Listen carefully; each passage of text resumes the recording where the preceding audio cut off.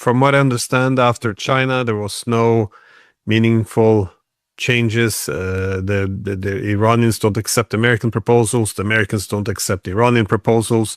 And there's many now warning that a war could be mere hours away, or 24, 48 hours. How do you see this situation developing? The only source of relief or calm now seems to be that it doesn't make any sense. That it's unclear to me what can be achieved, which they didn't achieve in those 40 days. So what are we looking at here? Well, if you look at the proposals that the Iranians and the Americans are making on how to settle this conflict, you see that they're light years apart. There's no bargaining space here in this conflict, as there is just as there's no bargaining space in the Ukraine/Europe-Russia conflict. And therefore, you're not going to get a deal unless they're making concessions behind closed doors that we just don't know about. But there does not appear to be any evidence of that. Everything you see in the public record tells you there's just no agreement on any of the key issues between the two sides. And Trump is getting desperate. There's just no question about that. We started with a bombing campaign that lasted 40 days. That didn't work. So on April 8th, we moved to a ceasefire. And then our coercive leverage was supposed to come from the blockade. The blockade was the new formula for getting Iran to surrender. The original formula was the 40-day bombing campaign. That didn't work. Well, it's quite clear that the blockade is not working either. And that if it ever is going to work, it's going to take a long time. And time is something that Trump doesn't have. He's got to deal with this quickly. He's got to get a settlement because of the economic consequences of this war. And that means he has really two choices. He can go back to bombing, or he can basically cut a deal on Iran's terms. And he finds it almost impossible to cut a deal on Iran's terms. I think that he hoped that when he went to Beijing, he could talk to the Chinese, and the Chinese would be willing to put pressure on Iran. And the Iranians would end up making some significant concessions that would allow Trump to declare victory, even though he would have to make concessions himself. But at least the Iranians would make major concessions too. But there was no evidence the Chinese were willing. There is no evidence the Chinese were willing to do that. So China's not helping. So he's back to square one here. And the question is, what does he do? And I think one gets a sense that he might very well roll the dice and go back to bombing Iran. There's no question that the Israelis and the neoconservatives in the United States are pushing him in that direction. But the problem he faces is that using or launching another bombing campaign is not going to fix the problem. It's not going to cause the Iranians to surrender. Almost everybody understands that. You can inflict massive punishment on Iran, as we did in the first 40 days of the war, and they won't surrender. If anything, they'll become more committed than ever to, hanging in there. And then the other problem that Trump faces is that the Iranians have a second strike capability. And, if you think about restarting the bombing campaign, Glenn, it seems clear to me if it didn't work the first time, you're going to have to even go harder at them the second time. In other words, you're going to have to make the bombing campaign this time around even more intense. It makes common sense. If the bombing campaign didn't work the first time and you expect it to work the second time, it has to be because it's going to be a much more It's going to be a it's going to be a much more massive bombing campaign than the 40-day campaign we started the war with. But if you do that, that gives the Iranians a greater incentive to just wreck the entire Gulf, to go after almost every country in the Gulf and do everything possible to destroy those countries, shut down the Red Sea, and so forth and so on. And the end result is that even greater damage will be done to the international economy, and the Iranians will still be in the fight. So I don't see why, from a strategic point of view, Trump wouldn't just accept the fact that we've lost and cut a deal. Is it a good alternative? No, but it's the least bad alternative.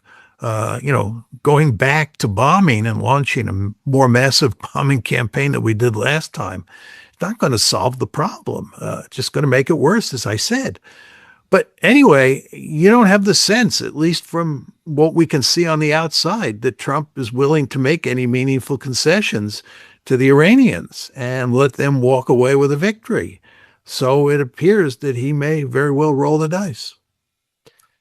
Yeah, no, that's what I'm thinking. If it does going back into this war, it's going to have to be much higher intensity, despite being fewer military targets they have left. But that means, yeah, the Iranians have very little reason to have any restraint. As you said, they can shut down the Red Sea. They can essentially destroy a lot of the Gulf states. They can cut internet cables. They can make a significant territorial conquests against Kuwait through have the Iraqis do it. I mean, there's so much that can be done. This is why it's hard to imagine them going down this path. But let's say instead of escalating, going back into the war, Trump decides to instead strengthen the blockade. So one of the problems now is they have to have too far distance from the Iranian coast. But what if they moved it, for example, to the Strait of Malacca or something to cut off the Iranian ships there? Do you also, of course, bringing the war to some extent to China? Do you think this is something like this is possible, where they essentially begin to draw in more actors? Well, the problem here is not where the blockade is located. The problem here is that the blockade does not inflict sufficient punishment on Iran to get it to surrender. And as long as Iran doesn't surrender and the Strait of Hormuz is closed, this has huge consequences for the international economy.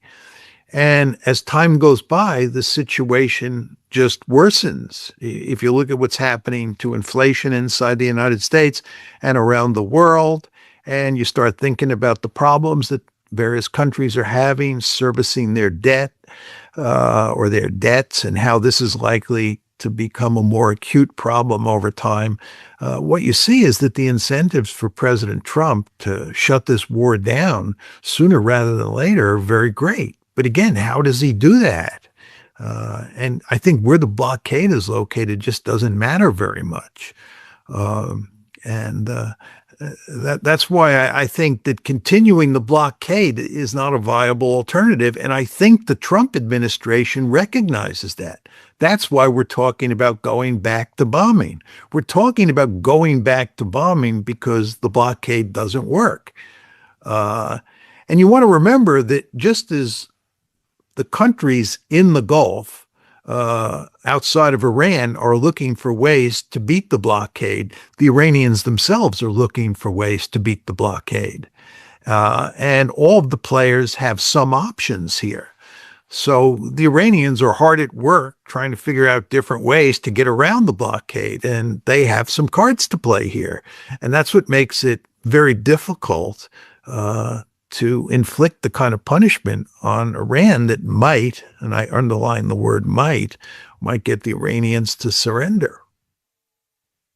Well, I have a hard time seeing the overall strategy or direction of the US here, though. Where exactly are they going? Because we were told in the national security strategy of 25 that the US was likely heading in a more multipolar, well, adjusting to a multipolar distribution of power. Now we see a lot of these wars, they seem to have a objective of restoring primacy for no good reason. A lot of the relationships have been spoiled, for example, with the Europeans, the East Asians, well, the Gulf states are probably accidentally so, but international law is falling apart. No one's trusting diplomacy anymore. This is a key problem for the Iranian and the Russian side, is they wouldn't actually trust anything, not just at the US side, but the Europeans as well. So how do you, if you take a step back looking at all of these conflicts at the same time, how do you think the US will adjust to this? Because at one point I thought that the US could flip this to an opportunity. It could just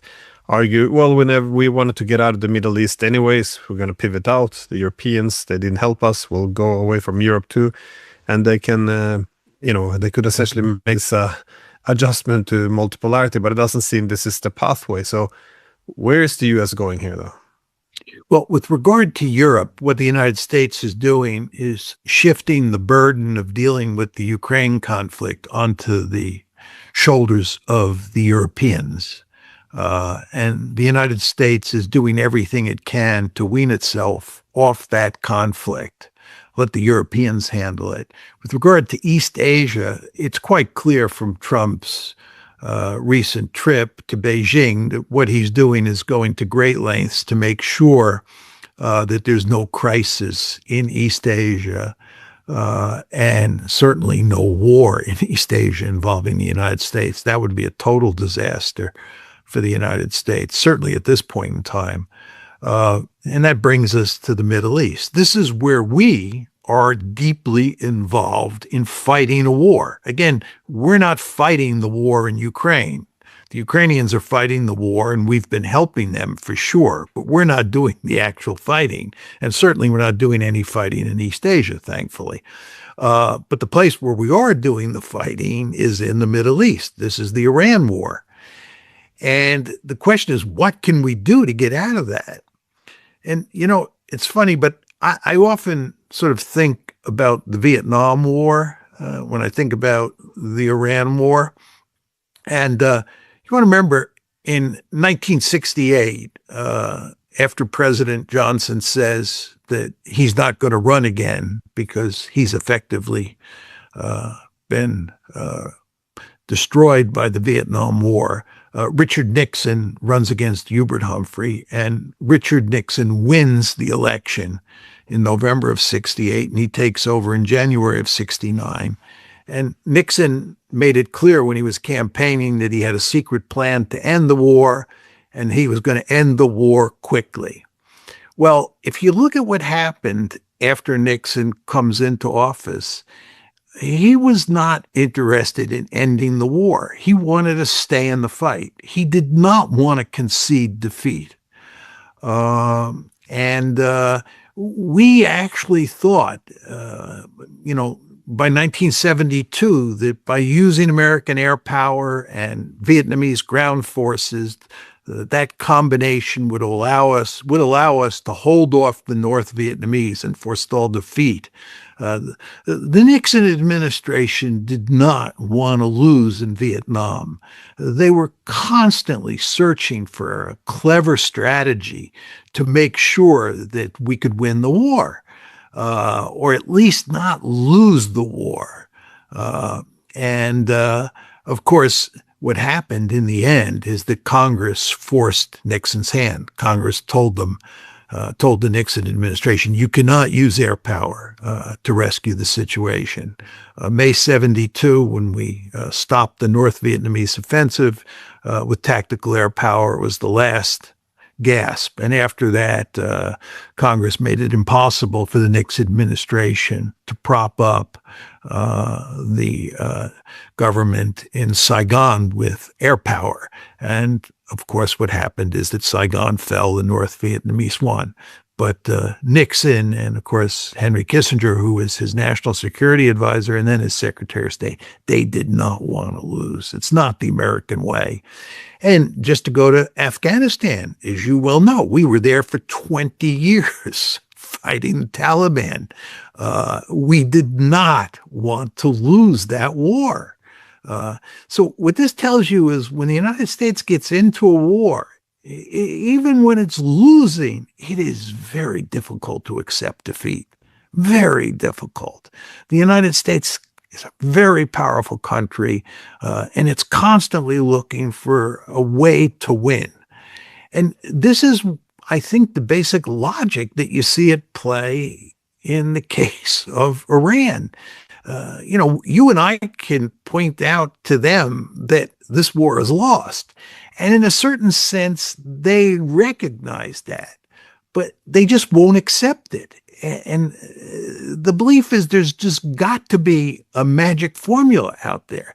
After all, this is the United States of America, the greatest country in the world, the most powerful country in the world. How can you tell me, how can you tell us that we can't defeat a small country like Iran? This can't be the case. It's that kind of logic that kicks in. And so what you see is Trump thrashing around and his advisors thrashing around looking for a solution. And there's very little evidence, at least in the public record, that anybody on the inside is saying this one's over. We lost. Let's recognize that, cut a deal, and minimize our losses, which is what they should do, because the fact is that we lost this war and there's no way we can rescue the situation. But anyway, all of this is a long-winded way of saying, Glenn, it's going to be very hard to get the United States to accept the fact that it has been defeated by the Iranians. And we will do everything we can to figure out a way to win the war. Well, I can see it's always been difficult for the US to accept the defeat, but the situation now looks even worse because the US is now, well, represented by the Trump administration, and he kind of built his whole persona or image on being the strong, great leader, making America great again, and then to be stopped in Iran, it's something that's very difficult to swallow. I mean, if you would be defeated by the Chinese or Russians, that would be one thing. But by Iran, as you said, this is something very difficult to accept. And furthermore, Trump bet everything on this war, it seems. That is, he was going to be a peace president, and then he went all in on this Iran war, assuming that it would be, peace through strength. But now all of this is gone. So do you worry about like a personal meltdown or the willingness to take desperate actions to, reverse the situation? Well, I do worry about him taking desperate steps. And this is why I think there is a reasonable chance that he will go back to a massive bombing campaign. And that will be a massive bombing campaign. We will end up destroying a huge amount of infrastructure in Iran and killing many people. And this is what happens when countries become desperate. But my point to you is that it won't work. With regard to a meltdown, I think that may be overstating it. That may happen, but I think it's, again, I hate to keep going back to the Vietnam analogy, but I watched what happened to President Johnson. I was young at the time, but nevertheless remember very well, when we entered the war, full bore in March of 1965, and then what happened to President Johnson over the next, let's say, 3 years. By March 1968, it was all over for him. He said he was not going to run for another term. He was a defeated man. The war had worn him down. You could see it in his face. You could hear it in his voice. It was a devastating personal defeat for him. as well as a defeat for the country. And one can imagine a similar situation with regard to President Trump. He's not going to win this war. It's turned out to be the kind of war that he promised us he would never enter into. And of course, when he entered the war, he didn't think this was going to happen. And by the way, this is one of the big differences between Vietnam and this war. In the Vietnam War, Johnson understood full well that he was in effect entering a war where we had no formula for winning that war. He thought it was essential that we enter the war anyway and try and figure out how we could win it as we moved along.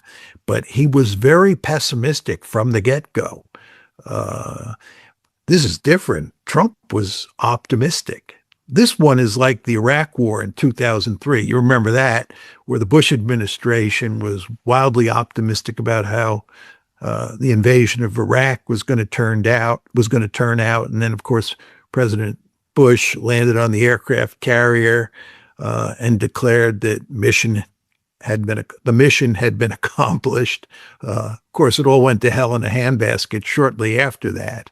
But in the case of Iraq, 2003, just like the case here in Iran on February 28th, we thought we were going to win a quick and decisive victory and live happily ever after.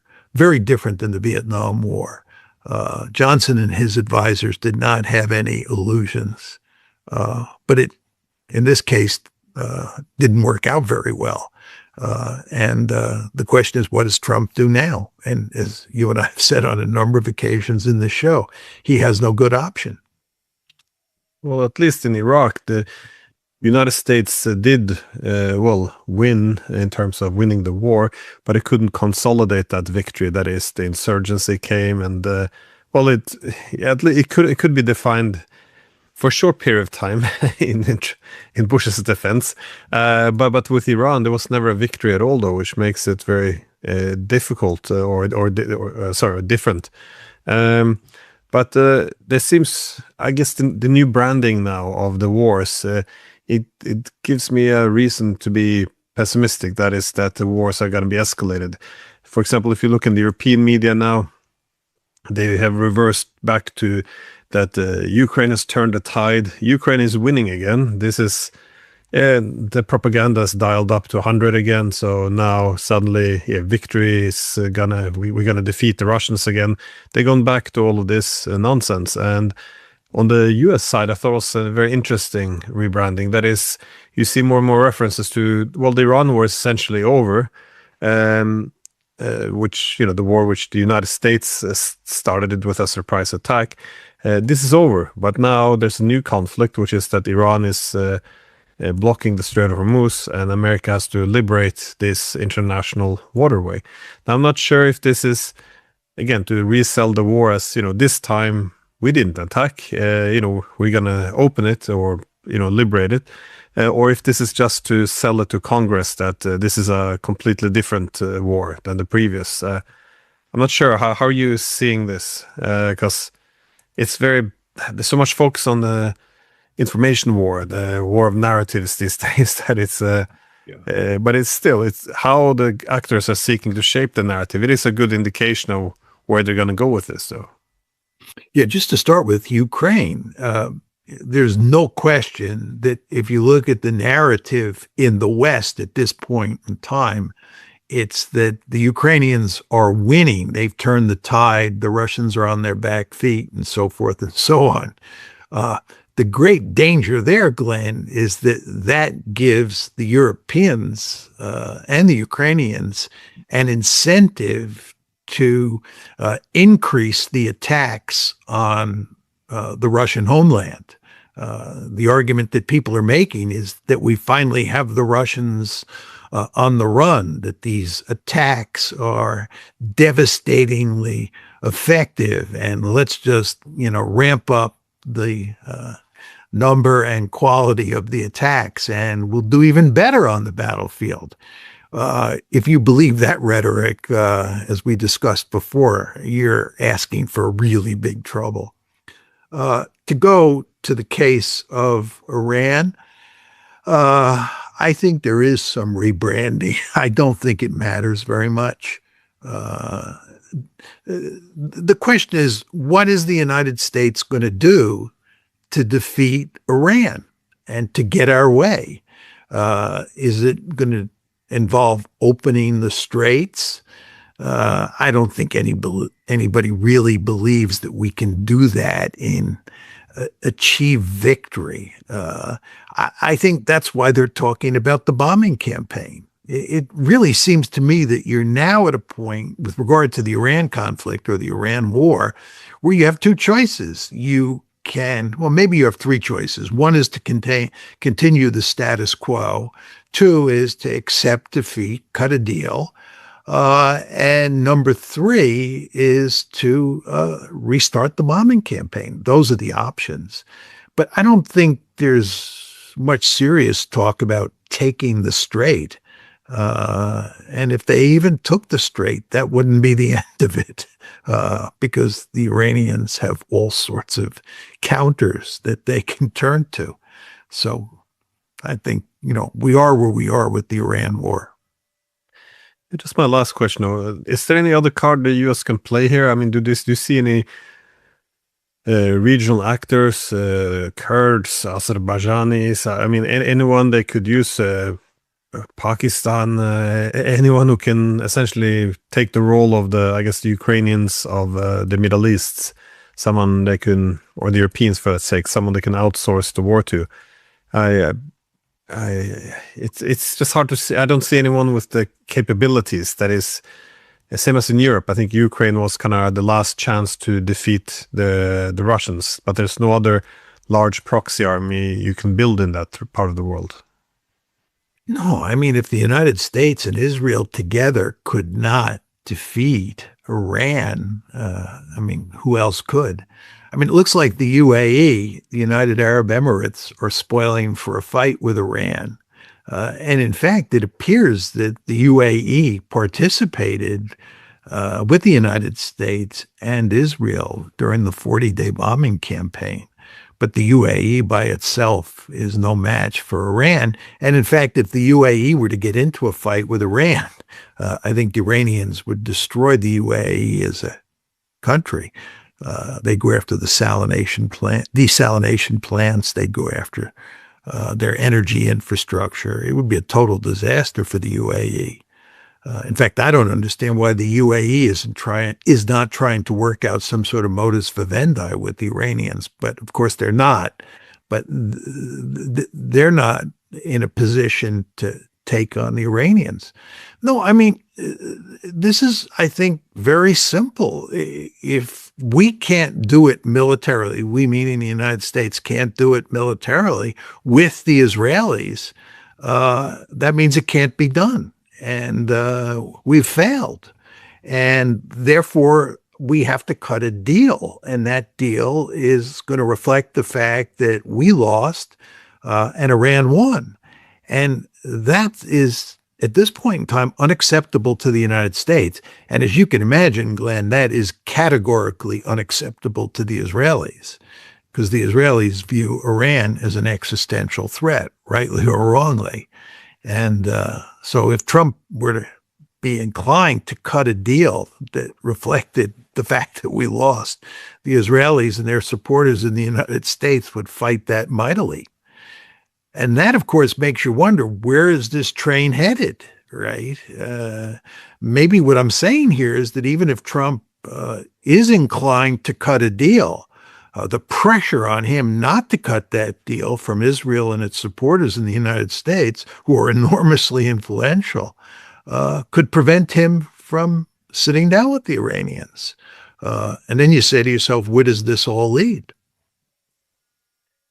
Well, the media suggests we could be only a day or so away from returning to war with Iran, and I'm hearing that the Russians are gonna unveil some new weapons in Ukraine.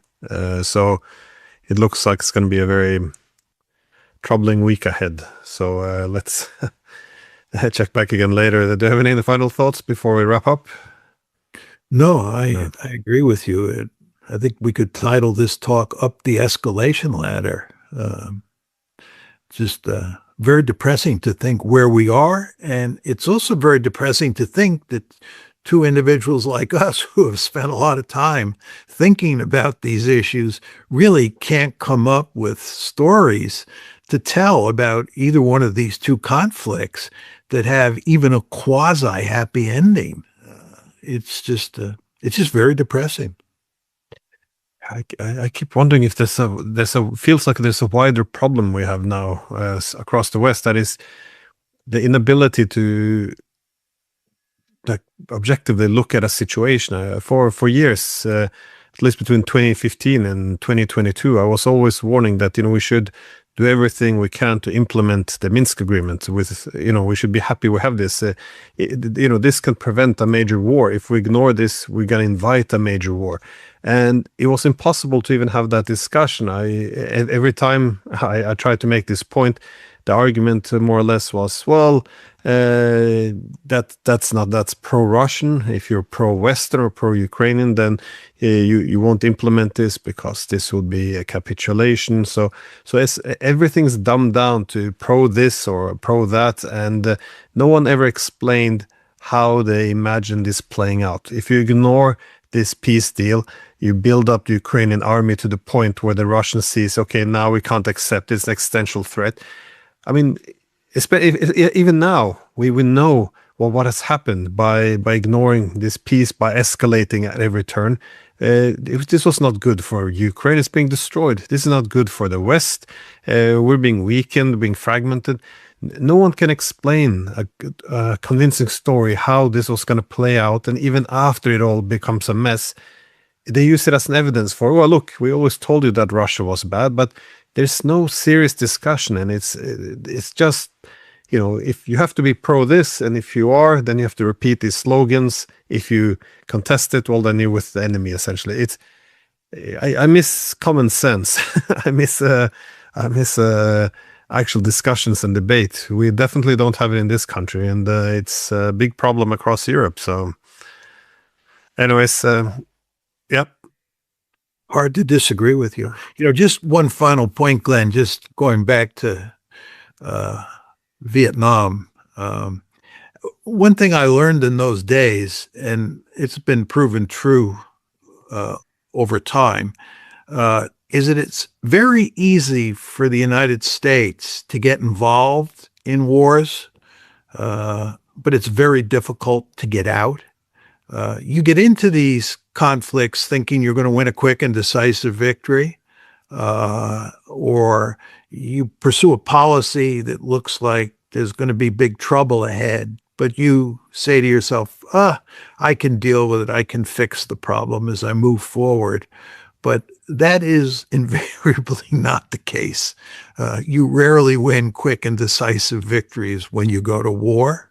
Sometimes you do, but when the United States picks a fight with a country like Iran, I say to myself when it starts that this one is going to be very difficult to get out of. Same thing is true when we invade when we invade Afghanistan and when we invade Iraq. We go into Iraq in 2003. We finally get out in 2011. Then we have to go back in 2014. And we still have troops on the ground in Iraq. We're still interfering in the politics of Iraq. It's really quite amazing. It took us 20 years to get out of Afghanistan. And the Vietnam War was another disaster. But anyway, getting into these conflicts is much easier than getting out of them. That's one lesson I learned a long time ago, and I think these conflicts prove that to be true. Yeah, well, definitely. Yeah, that's been a lesson over the past 30 years as well. These forever wars, easy to start, hard to finish.